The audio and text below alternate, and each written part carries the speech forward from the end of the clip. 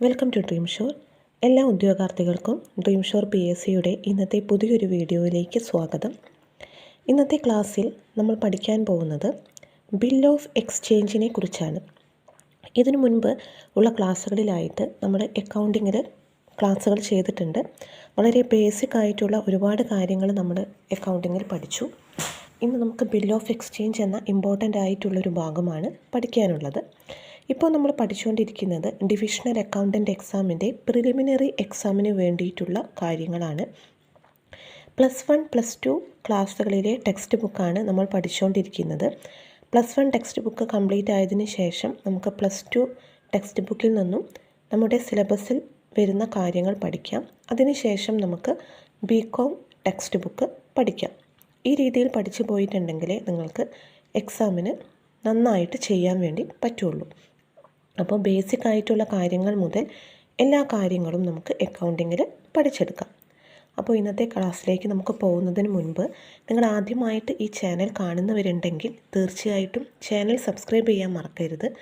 അതുപോലെ ഈ വീഡിയോ നിങ്ങൾക്ക് ഉപകാരപ്രദമായി തോന്നുന്നുണ്ടെങ്കിൽ നിങ്ങളുടെ ഫ്രണ്ട്സിന് ചാനലിൻ്റെ ലിങ്ക് ഒന്ന് ഷെയർ ചെയ്ത് കൊടുക്കുക. നിങ്ങൾക്ക് വീഡിയോ ഇഷ്ടപ്പെടുന്നുണ്ടെങ്കിൽ ലൈക്ക് ചെയ്യാനും മറക്കരുത്. അപ്പോൾ ഇന്നത്തെ ക്ലാസ്സിലേക്ക് നമുക്ക് പോകാം. Bill of exchange. ആദ്യം നമ്മൾ ബിൽ ഓഫ് എക്സ്ചേഞ്ചിൻ്റെ മീനിങ് ആണ് പഠിക്കുന്നത്. A bill of exchange is a written acknowledgement of a ഡെപ്റ്റ് given by one person to another. It is drawn by the creditor on his debtor. It directs the debtor to pay a definite amount on demand or after the expiry of the period stated therein. It is a legal document and considered as an evidence of debt. അപ്പോൾ bill of exchange എന്ന് പറഞ്ഞിട്ടുണ്ടെങ്കിൽ അതൊരു written acknowledgement ആണ്. ഒരു written acknowledgement of ഡെപ്റ്റ് ആണ്. One person മറ്റൊരാൾക്ക് കൊടുക്കുന്നത് അല്ലേ.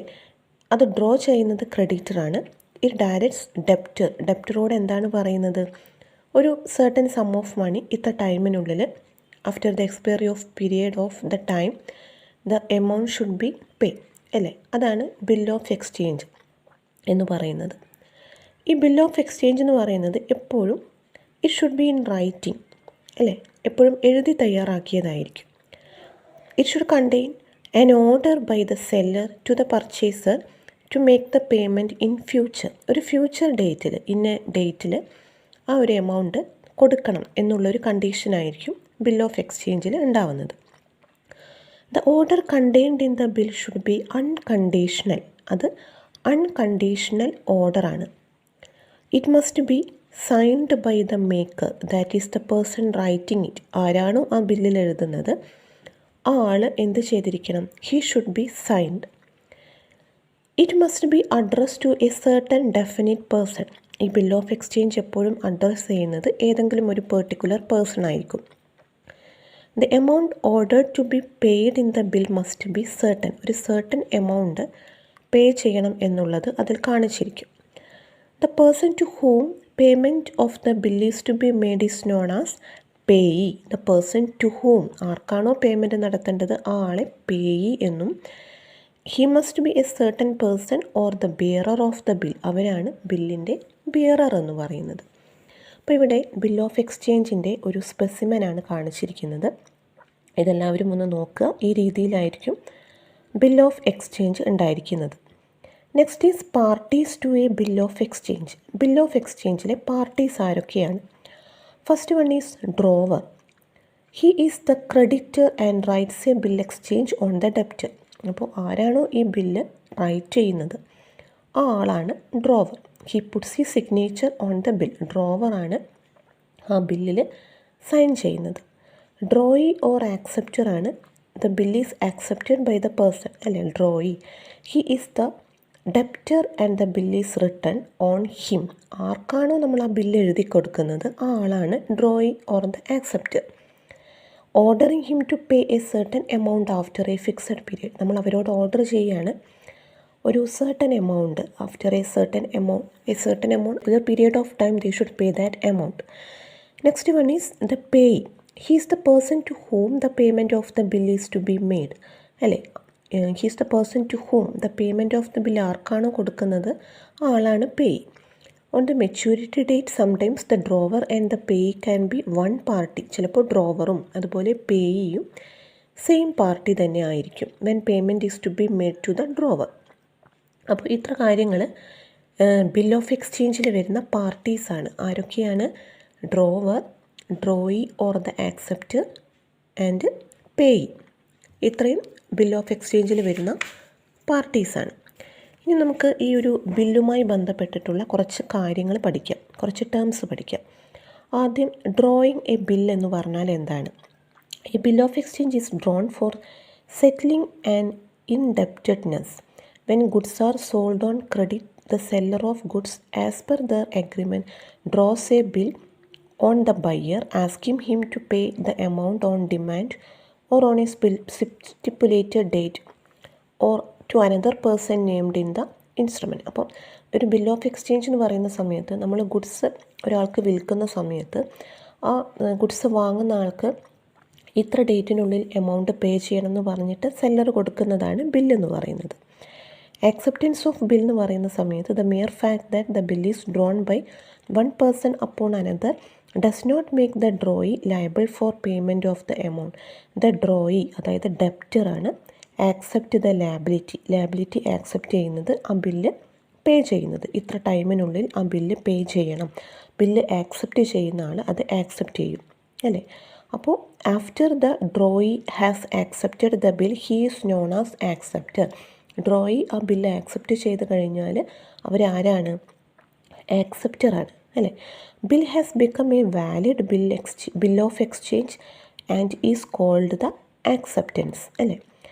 ഇനി നമുക്ക് പഠിക്കാനുള്ളത് മറ്റു കുറച്ച് കാര്യങ്ങളാണ്. അതായത് നെഗോഷ്യബിലിറ്റി. നെഗോഷ്യബിലിറ്റി എന്ന് പറയുന്ന സമയത്ത് principle of negotiability implies that the transferee acquires a bill title than that of the transferor provided the transferee acquires the instrument in good faith for valid consideration before maturity. അതായത് bill of exchange എന്ന് പറയുന്നത് ഒരു promissory bill of എക്സ്ചേഞ്ചും promissory നോട്ടും negotiable instrument ആണ്. Negotiable instrument എന്ന് പറഞ്ഞാൽ എന്താണ്? Negotiability means that the holder of the instrument can transfer the title to another person giving him a better title than he had. അതായത് negotiability എന്ന് പറഞ്ഞാൽ നമുക്കത് ട്രാൻസ്ഫർ ചെയ്യാനുള്ള ഒരു ഇതുണ്ട്, അല്ലേ? ബില്ലെന്ന് പറയുന്നത് നമുക്ക് മറ്റൊരാൾക്ക് ട്രാൻസ്ഫർ ചെയ്യാം. ആ ഒരു സർട്ടൻ സം ഓഫ് മണി, എത്ര എമൗണ്ടാണ് പേ ചെയ്യേണ്ടതെന്ന് വെച്ചാൽ ആ എമൗണ്ട് പേ ചെയ്യണം എന്നുള്ള ഒരു ഇതിൽ നമുക്ക് മറ്റൊരാൾക്കത് ട്രാൻസ്ഫർ ചെയ്യാൻ പറ്റും. അപ്പോൾ അവിടെ ഒരു നെഗോഷ്യബിലിറ്റി ഉണ്ട്. ബിൽ ഓഫ് എക്സ്ചേഞ്ച് എന്ന് പറഞ്ഞാൽ അതൊരു നെഗോഷ്യബിൾ ഇൻസ്ട്രുമെൻ്റ് ആണ്. അത്രമാത്രം നിങ്ങൾ ഓർത്തിരിക്കുക. Next is discounting of bill. If the holder of the bill wants cash immediately, he can approach the bank and encash the bill before the due date. Bill discount ചെയ്യാന്ന് പറഞ്ഞാൽ എന്താ? നിങ്ങൾ കേട്ടിട്ടില്ലേ? ബില്ലൊക്കെ ഡിസ്കൗണ്ട് ചെയ്യാന്ന്. അങ്ങനെ പറഞ്ഞാൽ ആ ബില്ലിൽ പറയുന്ന ആ ഒരു ഡേറ്റിന് മുന്നേ the holder of the bill wants cash immediately, പെട്ടെന്ന് ക്യാഷ് വേണം. അങ്ങനെയാവുമ്പോൾ അയാൾക്ക് ബാങ്കിനെ അപ്രോച്ച് ചെയ്തിട്ട് ബിഫോർ ദ ഡ്യൂ ഡേറ്റ്, അതിന് മുൻപ് അയാൾക്ക് അതിലുള്ള ക്യാഷ് ആവശ്യപ്പെടാം. The bank will deduct from face value of the bill a certain amount called discount. അപ്പോൾ bank face value of the ബില്ലിൽ നിന്നും കുറച്ച് amount discount, that is interest, അത് മൈനസ് ചെയ്തതിന് ശേഷം pays the balance to the holder of the bill. Balance amount ആണ് holder of the ബില്ലിന് കൊടുക്കുന്നത്. അതുകൊണ്ടാണ് അതിനെ ഡിസ്കൗണ്ടിങ് ദ ബിൽ എന്ന് പറയുന്നത്, അല്ലേ? Discounting the bill. Next is endorsement. Endorsement എന്ന് പറഞ്ഞിട്ടുണ്ടെങ്കിൽ a bill may be an order bill or a bearer bill. Order bill എന്ന് പറഞ്ഞിട്ടുണ്ടെങ്കിൽ payable to a certain person on order. In the case of bearer bill it is payable to the bearer of the instrument. Bearer bill can be transferred by mere delivery. Bearer bill നമുക്ക് deliver ചെയ്യാം, അല്ലേ? അപ്പോൾ endorsement എന്ന് പറഞ്ഞിട്ടുണ്ടെങ്കിൽ അത് deliver ചെയ്യാൻ പറ്റുന്നതാണ്. If it is an order bill it is transferable by endorsement and delivery. Endorsement, അപ്പോൾ എൻഡോസ്മെൻറ്റ് എന്ന് പറഞ്ഞാൽ അതൊരു return ഓർഡറാണ് on the back of the instrument by the payee or the holder four transferring his right to another person. Endorsement എന്ന് പറഞ്ഞാൽ അതൊരു ഓർഡറാണ് കാണിക്കുന്നത്. എന്തിനുള്ള ഓർഡറാണ്? ആ ബില്ല് നമുക്ക് മറ്റൊരാൾക്ക് ട്രാൻസ്ഫർ ചെയ്യാം എന്ന് കാണിക്കുന്ന ഒരു ഓർഡറാണ് എൻഡോഴ്സ്മെൻ്റ് എന്ന് പറഞ്ഞിട്ടുണ്ടെങ്കിൽ. അതൊരു റിട്ടൺ ഓർഡറാണ് എൻഡോഴ്സ്മെൻ്റ് എന്ന് പറയുന്നത്. അപ്പോൾ ഇത്ര കാര്യങ്ങളാണ് നിങ്ങൾ മനസ്സിലാക്കാനുള്ളത്. പിന്നെ മറ്റൊരു കാര്യം നമുക്ക് പഠിക്കാനുള്ളത് പ്രോമിസറി നോട്ട് അതെന്താണെന്നുള്ളതാണ്. പ്രോമിസറി നോട്ട് എന്ന് പറയുന്നത് എന്താണ്? The Negotiable Instrument Act 1881 defines a promissory note as an instrument in writing containing an unconditional undertaking signed by the maker to pay a certain sum of money only to or the order of certain person.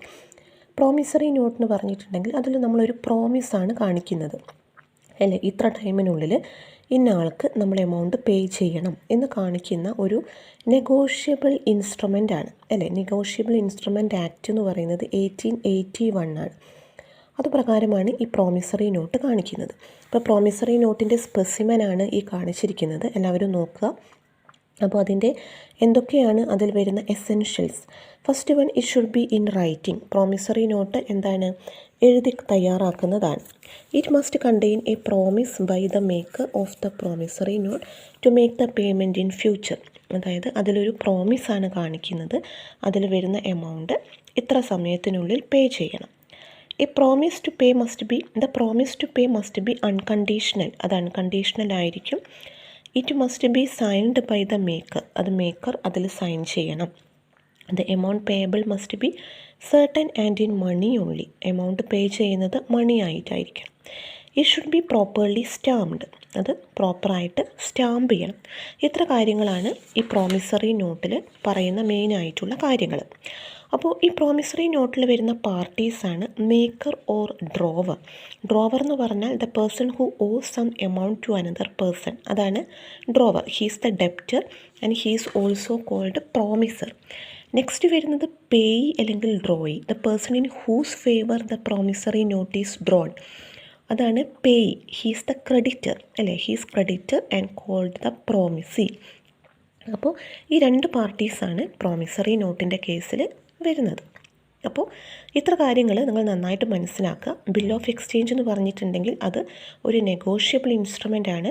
Promissory note എന്ന് പറഞ്ഞാൽ അതൊരു കണ്ടീഷനാണ്, ഒരു പ്രോമിസാണ്. നമ്മൾ ഇത്ര സമയത്തിനുള്ളിൽ certain some of മണി പേ ചെയ്യണം എന്ന് കാണിക്കുന്ന ഒരു കണ്ടീഷനാണ് പ്രോമിസറി നോട്ടിൻ്റെ കേസിൽ കാണിക്കുന്നത്. നെഗോഷ്യബിലിറ്റി എന്ന് പറഞ്ഞാൽ നമുക്ക് ഫ്രീ ആയിട്ട് ട്രാൻസ്ഫർ ചെയ്യാൻ പറ്റുന്ന ഇൻസ്ട്രുമെൻറ്റ് അല്ലേ, നെഗോഷ്യബിൾ എന്ന് പറഞ്ഞിട്ടുണ്ടെങ്കിൽ. പിന്നെ എന്താണ് എൻഡോഴ്സ്മെൻറ്റ്? ഡിസ്കൗണ്ടിങ് ഓഫ് ബിൽ എന്താണ്? Acceptance of bill, drawing of bill, parties of endorsement അല്ലേ, promissory note, parties of promissory note, അതുപോലെ ബിൽ ഓഫ് എക്സ്ചേഞ്ചിൽ വരുന്ന പാർട്ടീസ് ആരൊക്കെയാണ് എന്നുള്ള കാര്യങ്ങളൊക്കെ ഇന്നത്തെ ക്ലാസ്സിൽ നമ്മൾ പഠിച്ചു. അപ്പോൾ നിങ്ങൾക്ക് ക്ലാസ് ഇഷ്ടപ്പെട്ടു എന്ന് വിചാരിക്കുന്നു. ക്ലാസ്സുകളൊക്കെ നിങ്ങൾക്ക് മനസ്സിലാവുന്നുണ്ട് എന്ന് വിചാരിക്കുന്നു. അപ്പോൾ നിങ്ങൾ ഒന്ന് കമൻറ്റ് ചെയ്യുക. നിങ്ങൾക്ക് ക്ലാസ്സുകളെല്ലാം ഉപകാരപ്പെടുന്നുണ്ടെങ്കിൽ നിങ്ങൾ തീർച്ചയായിട്ടും താഴെ ഒന്ന് കമൻറ്റ് ചെയ്യുക. ക്ലാസ് ലൈക്ക് ചെയ്യാനും മറക്കരുത്. നിങ്ങളുടെ നിർദ്ദേശങ്ങൾക്കനുസരിച്ച്, നിങ്ങളുടെ കമൻറ്റിനനുസരിച്ചാണ് നമ്മുടെ ക്ലാസ്സുകളൊക്കെ മുന്നോട്ട് പോയിക്കൊണ്ടിരിക്കുന്നത്. അപ്പോൾ ഓരോ ക്ലാസ്സുകൾ കഴിയുമ്പോഴും നിങ്ങൾക്കത് ഉപകാരപ്പെടുന്നുണ്ടെങ്കിൽ നിങ്ങൾ താഴെ ഒന്ന് കമൻറ്റ് ചെയ്യുക. ഇനിയും നമുക്ക് ഒരുപാട് കാര്യങ്ങൾ അക്കൗണ്ടിങ്ങിൽ എടുക്കാനുണ്ട്. ഇപ്പോൾ +1 +2 പാഠപുസ്തകങ്ങൾ കംപ്ലീറ്റ് ആയതിന് ശേഷം നമുക്ക് ബികോം ലെവലിലുള്ള ടെക്സ്റ്റ് ബുക്കുകൾ നോക്കാം എന്ന് കരുതിയിട്ടാണ്. ഈ ഒരു ടെക്സ്റ്റ് ബുക്കിൽ നിന്നൊക്കെ നമുക്ക് ക്വസ്റ്റ്യൻസ് വരാൻ സാധ്യതയുള്ളൂ. ഇപ്പോൾ നമ്മൾ +1ൻ്റെ പുസ്തകം ഏകദേശം കഴിയാറായിട്ടുണ്ട്. ഇപ്പോൾ നമ്മൾ എടുത്തുകൊണ്ടിരിക്കുന്നത് നിങ്ങൾക്ക് കാണാൻ പറ്റും 8ാമത്തെ ചാപ്റ്ററാണ്. ഇനിയും കുറച്ചുകൂടെ കഴിഞ്ഞിട്ടുണ്ടെങ്കിൽ +1 ബുക്ക് കഴിയും. പിന്നെ നമുക്ക് +2ൽ നമ്മുടെ സിലബസിലുള്ള കാര്യങ്ങൾ പഠിച്ചെടുക്കാം. അങ്ങനെ ഈ എക്സാമിന് വേണ്ടിയിട്ട് നമുക്ക് നന്നായിട്ട് തന്നെ പ്രിപ്പയർ ചെയ്യാം. എല്ലാവരും ചോദിക്കുന്നുണ്ട് നമുക്ക് എക്സാം ഏകദേശം എത്ര സമയത്തിനുള്ളിൽ നടക്കുമെന്നൊക്കെ. സാധാരണ നമ്മളൊരു PSC എക്സാമിന് അപ്ലൈ ചെയ്തിട്ടുണ്ടെങ്കിൽ 6 മാസത്തിനുള്ളിൽ നമുക്ക് എക്സാം ഉണ്ടാവുന്നതാണ്. അതുകൊണ്ട് തന്നെ നമുക്ക് ഇപ്പോൾ നമ്മൾ അപ്ലൈ ചെയ്തിട്ട് എന്തായാലും 1 മാസമൊക്കെ ആയതുകൊണ്ട് ഇനി ഒരു 5 മാസത്തിനുള്ളിലൊക്കെ നമുക്ക് എക്സാം പ്രതീക്ഷിക്കാം. അതിൻ്റെ ഡേറ്റോ ഒരു കാര്യങ്ങളും വന്നിട്ടില്ല. അപ്പോൾ നമുക്ക് പെട്ടെന്ന് എക്സാം ഉണ്ടാവും എന്ന രീതിയിൽ തന്നെ നന്നായിട്ട് പഠിച്ചെടുക്കാം. അപ്പോൾ ഇത്രയൊക്കെയുള്ളൂ ഇന്നത്തെ വീഡിയോ. നമുക്ക് മറ്റൊരു വീഡിയോയിൽ കാണാം. താങ്ക്